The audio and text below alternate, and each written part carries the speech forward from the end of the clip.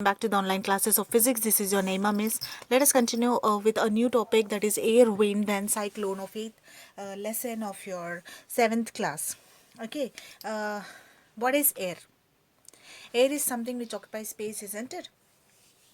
Yes, and we know that when we ride a bicycle in the direction of wind, it is easy to ride, isn't it? But when the wind is going opposite in direction, then it is very easy or hard? It is very hard, isn't it? And we may tire easily, isn't it? So if the wind is moving in this direction, it is easily to move the bicycle. Whereas if the wind is in this direction, it is very tough to move in the cycle in this direction, isn't it? Sometimes the wind is cold and sometimes the wind is very pleasant and nice. It can blow clouds and sometimes raises dust. It is something gentle but can be really strong too. Blow away things, is it? Like what we have learned in our previous year's 6th class lesson, isn't it? Then what we have learned, things can even blow away the things. It can take away the things with them, isn't it? Since wind has no much effect on our lives, we have to find out what winds are actually. Okay, the air around us is rarely still.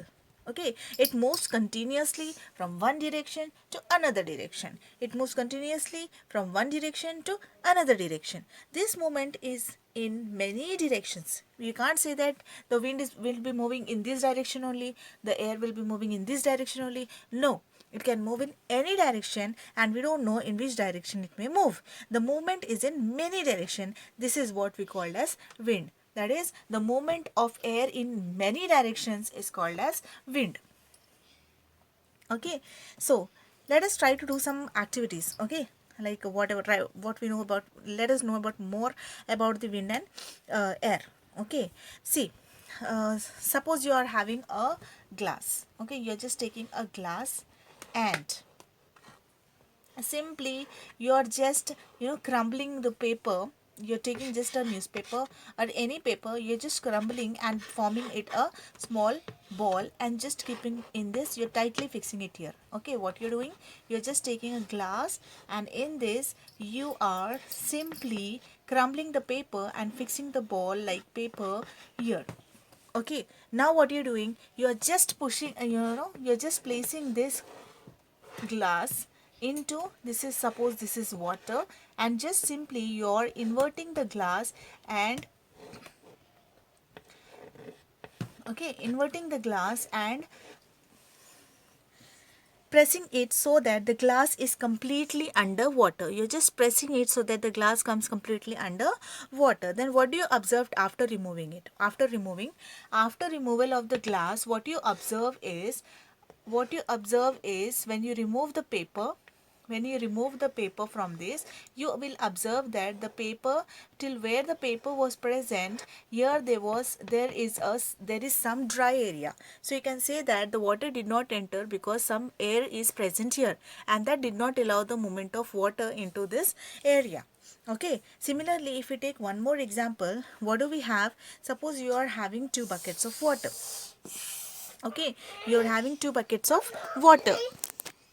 Just we will take one bucket of water. In that we will take one empty water bottle. Okay, empty water bottle, and simply what we will do, we will just push this water bottle into the water bucket. Okay, then what do you see, what do you observe? The bucket which is filled with water, when the water bottle has entered into the touched the ground of the water bucket, you can see that it is filled with water. Okay, now it is filled with water. So with this, what can we say? We can say that whatever air was filled with water before the water was filled with water, isn't it? Before the water was filled in the water bottle, there was empty bottle which was filled with water, isn't it? So just we can say from this activity that before placing any object into anything, what we have to do, we have just to remove the air present in it, that is any bottle, glass or any other container that appears to be empty, is actually full of air.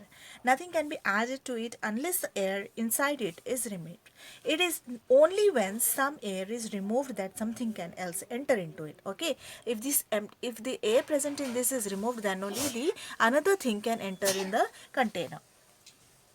Okay, simply we can take the dropper also. See, if you take the example of dropper, what is happening here? I hope everyone knows dropper, right? What is happening here in the dropper? Dropper is actually like this. So before using this, what you are doing, you are just simply pressing this.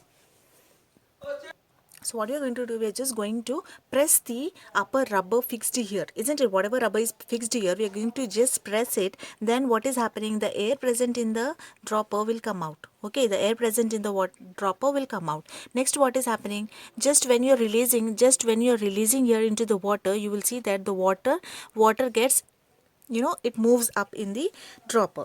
What is happening? The dropper, when you are taking dropper, you're just pressing the upper part, that is the rubber part of the dropper. You can see that the air whatever is present will come release out. Okay, will release out.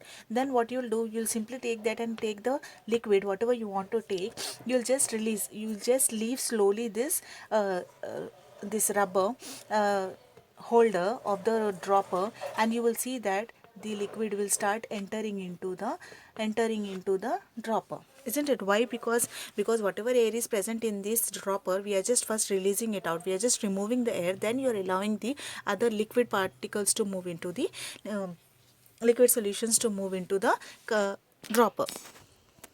So the next topic that we are going to learn is, do the air exerts pressure. Okay, do the air exerts pressure. For this, if you simply take a bicycle, okay, and your tube has, blasted, okay, you can see that there is no air in your cycle tube. Okay, what you're doing, you're just taking to the bicycle, that puncture person, okay, and you are just filling up your tire. You're just filling up your tire with the air. Then what do you notice? This is your tire, and you're allowing the air to pass into this. Okay, you are allowing the air to pass into this. If more amount of air, so there is a limit of air to be passed into the tube, isn't it, to be filled into the tube. So if the more the amount of tube, more the amount of gas is pushed into the tube, you can see that the tube gets blast, isn't it? The tube gets blast, isn't it? That is because of that proves that air exerts pressure. Similarly, you can say that example of balloon. Okay, when you are blowing some balloon,